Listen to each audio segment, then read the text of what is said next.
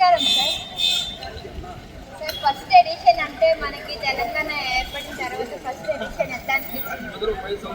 చాలా మంచిగా అనిపించింది. 2 రోజులు ఉత్సాహంగా ఉల్లాసంగా శాసనసభ్యులు శాసనమండలి సభ్యులు అందరూ క్రీడలు ఆడుతూ ఉంటే చాలా సంతోషంగా అనిపించింది. రేవంత్ రెడ్డి గారి ప్రభుత్వం ప్రప్రదంగా ఈ ఆటల పోటీలు పెట్టడం చాలా మంచిది. ఇంకోటి స్ఫూర్తిదాయకంగా కూడా చాలామంది యూత్ ఎందుకంటే చాలామంది యూత్ అని తప్పుదో పడుతున్నారు. మాకు అట్రాక్ట్ కాకుండా డ్రగ్స్కి అట్రాక్ట్ కాకుండా ఇవాళ ఈ ఆటల పోటీలు అట్రాక్ట్ అయితే మంచిదని చెప్పి దిశాన్ని నిర్దేశం చేసినట్టు మా ప్రభుత్వం.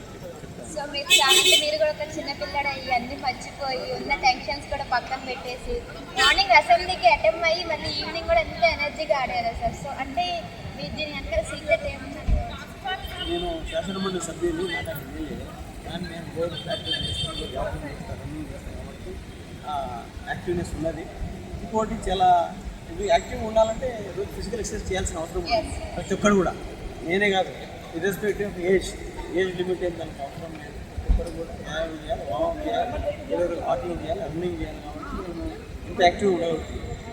సార్ ఇప్పుడైతే మనకి సీఎం సార్ వస్తున్నారు, మీకు కూడా మెడల్ రాబోతున్నారు, మాకు కంగ్రాచులేషన్స్. Thank you.